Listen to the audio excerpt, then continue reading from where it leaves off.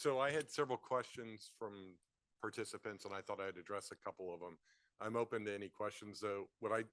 This is a sandbox running just in a server in our data center, so there's some things that are limited because it's purely meant for show. But one of the questions was, how do we connect storage? So what we're looking at right now are some sample stores that have already been connected, just running, again, some generic data. It's not very robust in a volume sense, but it does provide the ability to show that we've connected several different stores that can then be named. So you can name them by location, by groups, etc. If you want to add another store, we would just go through and add the details to connect. And we, again, have only read access rights. So we're not modifying, changing data.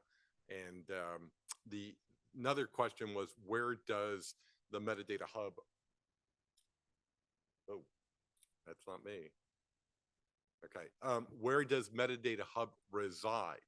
So this is a decentralized architecture. I think we heard earlier in another presentation, data mesh.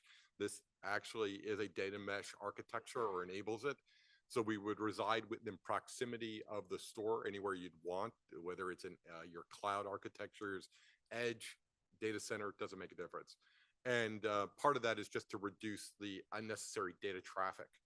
So you don't want to be sending metadata back and forth, because part of the use case is to capture metadata localized, so you don't have to move files. So we don't want to remove unnecessary metadata.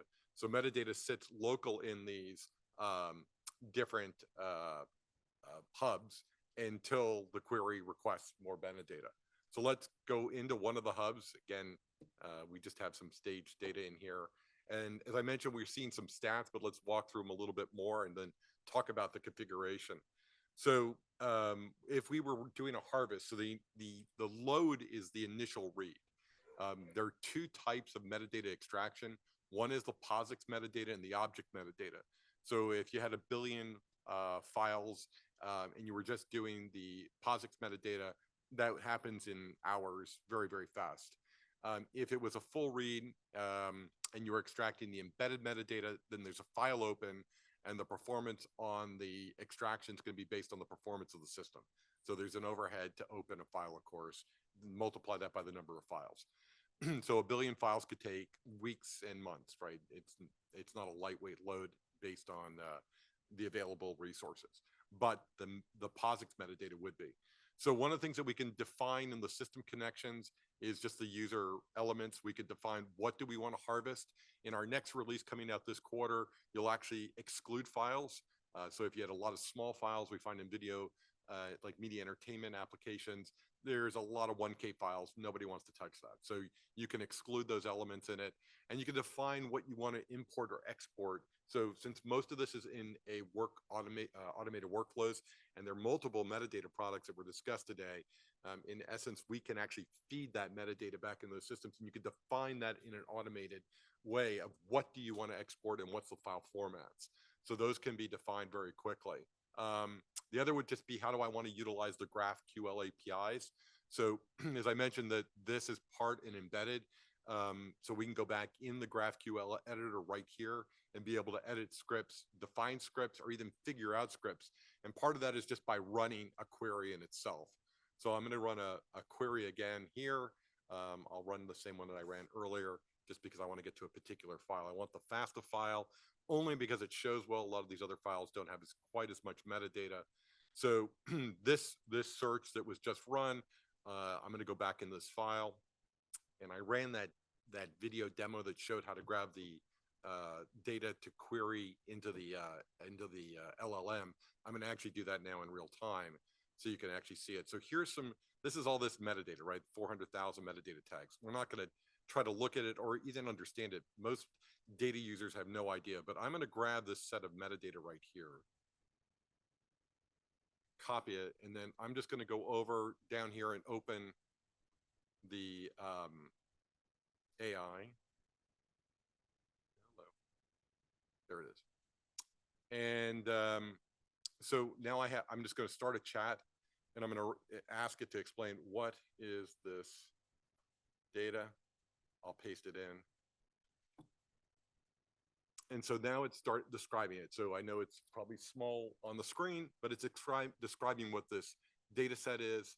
Then it prompts, because this has been trained to actually help explain metadata sets. It'll come back and it'll ask me some common things that we might want to follow up, and we could query further into it. So in this case, this demo is on Llama 3. As I mentioned earlier, we could actually add other LLMs into this that can be trained or specific to your data sets and use case. But this data output now can be added back in as additional metadata within the metadata hub. So what you then create are the loop. And so this is, I went through this fairly quick, but just to expand on it, when we extract metadata out of your existing data set, that metadata, once it's been processed, generates more metadata. A key to AI and ML are the loops, feedback loop. And we want to keep that going because you're continuing educating and generating net new data every time you touch the data set.